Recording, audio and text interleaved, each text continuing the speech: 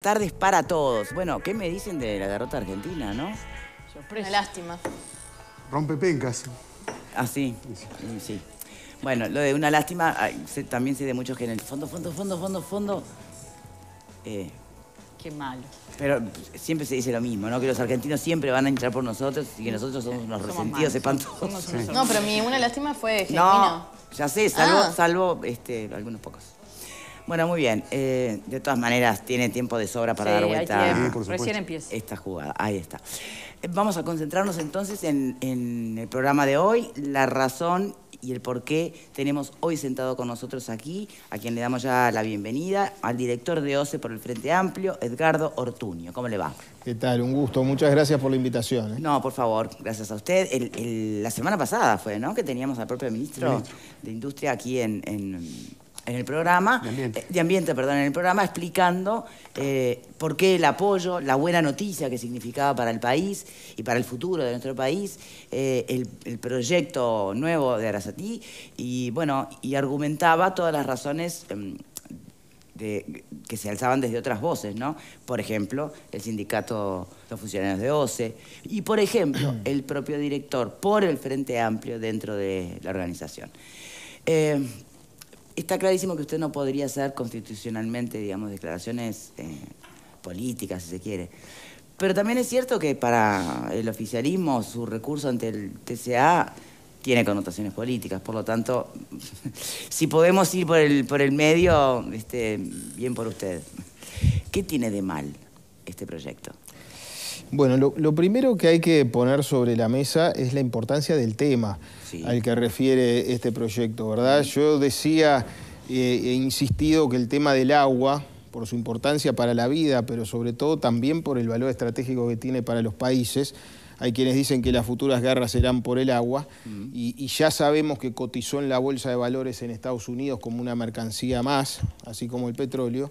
Es un tema central para el hoy, y sobre todo para el futuro de nuestras generaciones. Y este en eso proyecto, hay consenso general. creo obviamente. Que en eso hay consenso general. Lo que insistimos nosotros es que así como lo hicimos cuando tuvimos que encargarnos de las grandes obras de inversión en UTE, con el tema de la energía, esto ameritaba y amerita, yo sigo apostando a esto, un diálogo y un gran acuerdo nacional, no solo a nivel de todos los partidos, como hicimos en aquel momento, que hasta Álvaro Delgado firmó el acuerdo energético previo a las obras de la UTE, sino que además con participación de la sociedad civil involucrada, como lo mandata la Constitución, por otra parte, y de la academia.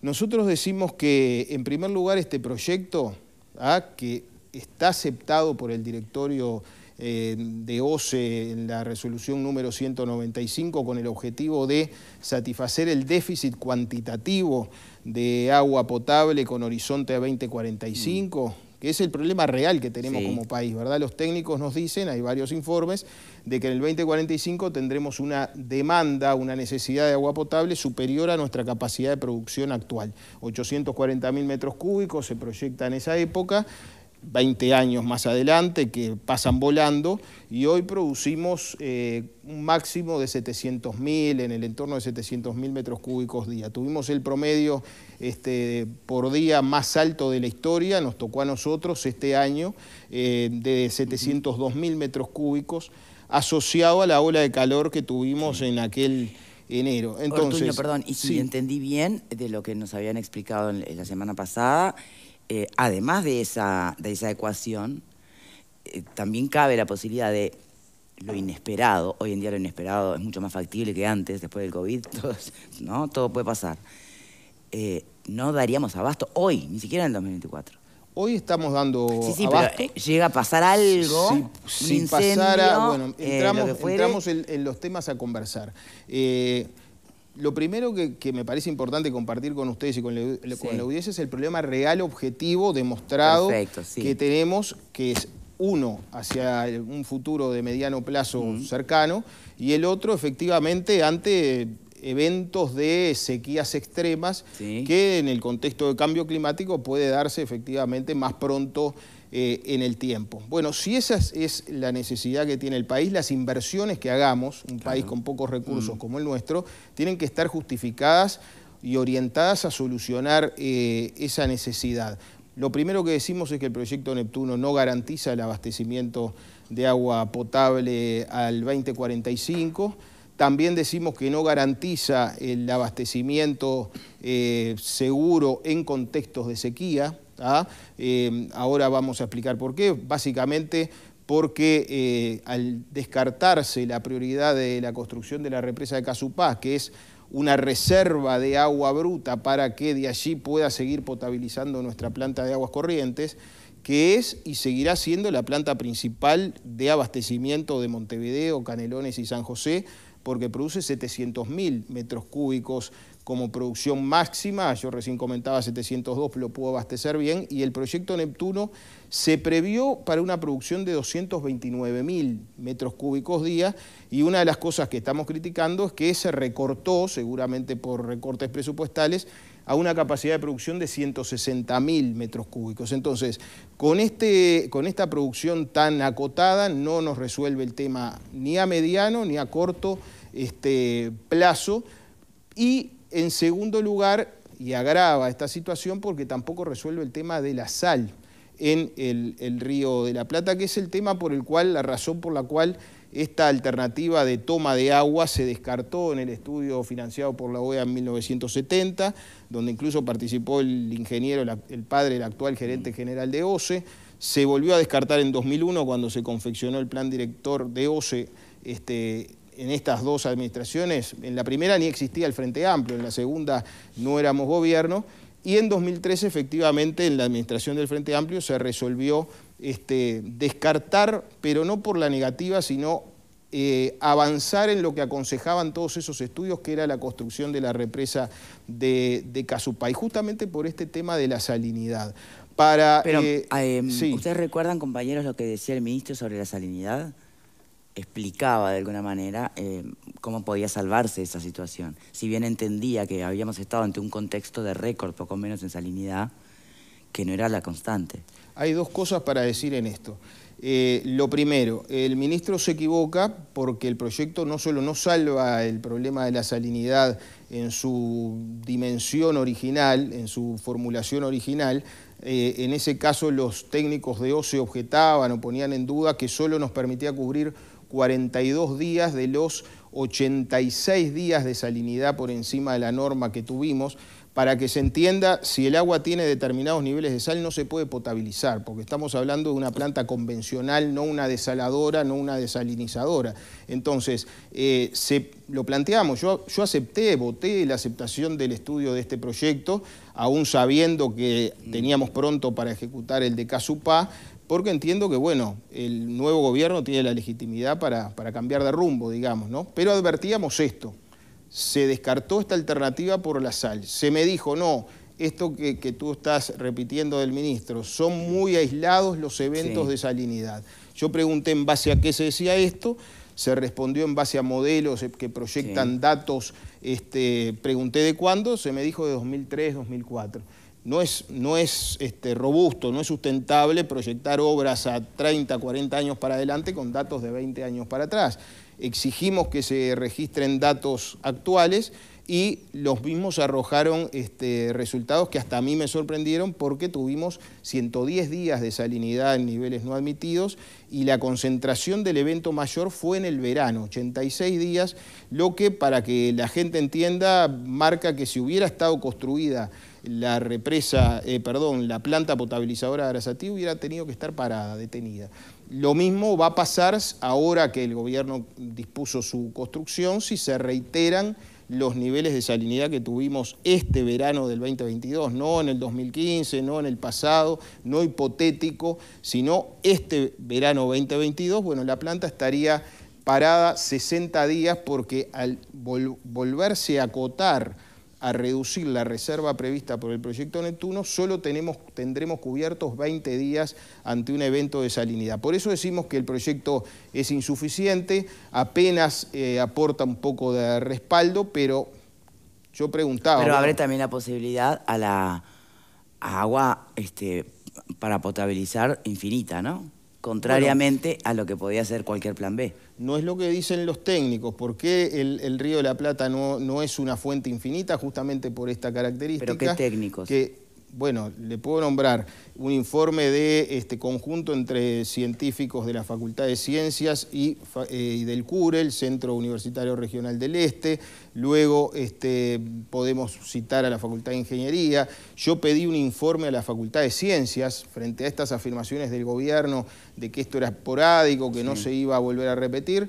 Me contestaron, lo aporté al directorio, que con el contexto de cambio climático es esperable la recurrencia, es decir, que se reiteren estos fenómenos cada pocos años, razón por la cual afirmamos que no es sostenible realizar una inversión tan importante para un país como el Uruguay, de 210 millones, que vamos a terminar pagando 743 millones, porque el gobierno además decidió que por primera vez en sus 70 años de historia OCE potabilice el agua en una planta de propiedad privada, por lo cual tendremos que pagar una cuota de 40 millones de dólares al año durante 18 años, totalizando, bueno, una inversión que nos va a salir 300 millones de dólares más caro que hechas por OCE, como ha hecho todas las obras que tiene OCE, ¿verdad? Que son de su propiedad, que son gestionadas por los funcionarios y las funcionarias de OCE, no como en este caso, que el gobierno... Pero se están comparando cosas distintas, Ortuño,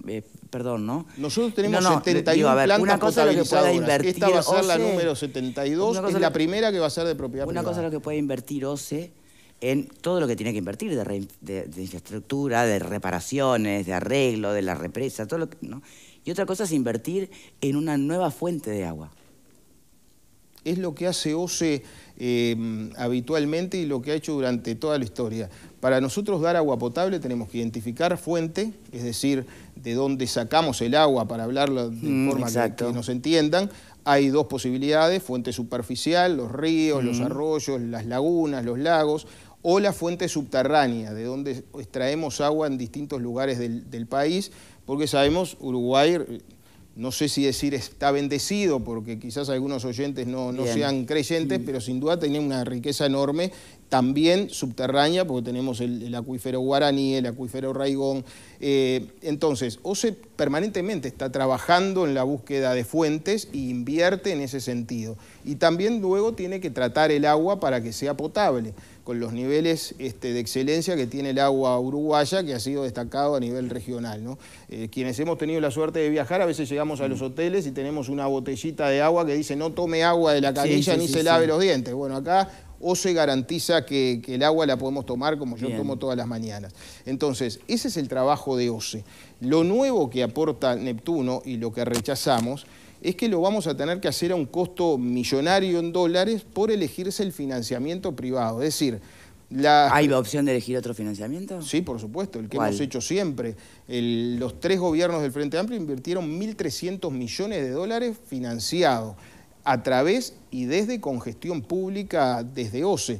Un mecanismo de combinación del presupuesto de OCE, que por suerte lo tiene, aunque ha sido rebajado de un promedio de 100 millones a 70, un segundo instrumento que es el endeudamiento con organismos multilaterales. Pero ahí es donde, ahí hay otras dos miradas, ¿no? O sea, justamente tiene que ver con otro tipo de criterios, no técnicos, ¿no?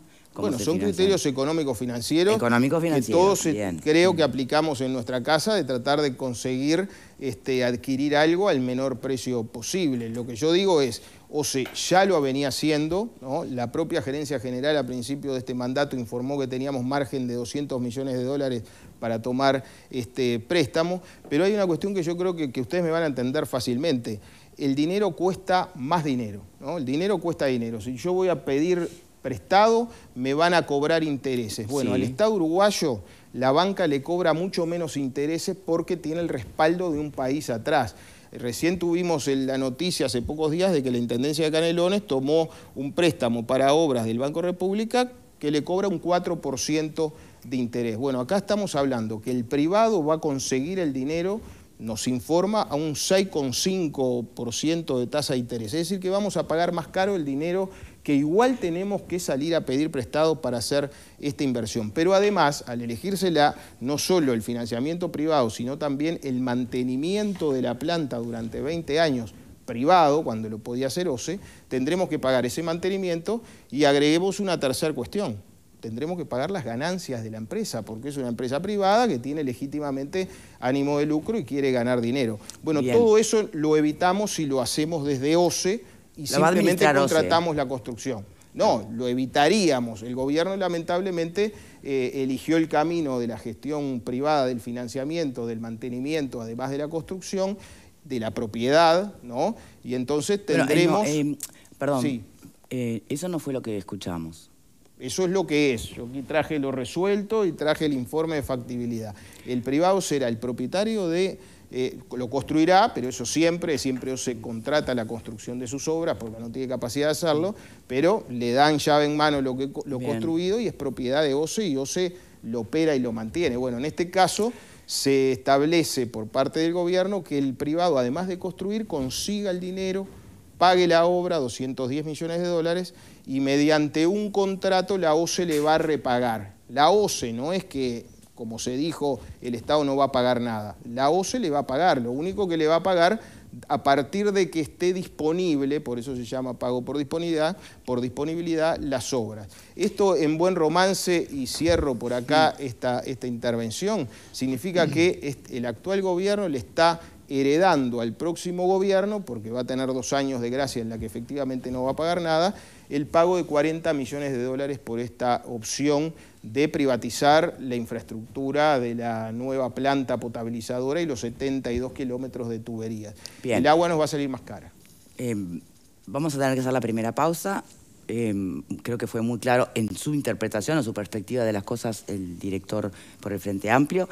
Hay muchísimas preguntas para hacer, por supuesto, y le dejo planteadas simplemente algunas para que además retome el panel después de la pausa. El tipo de financiamiento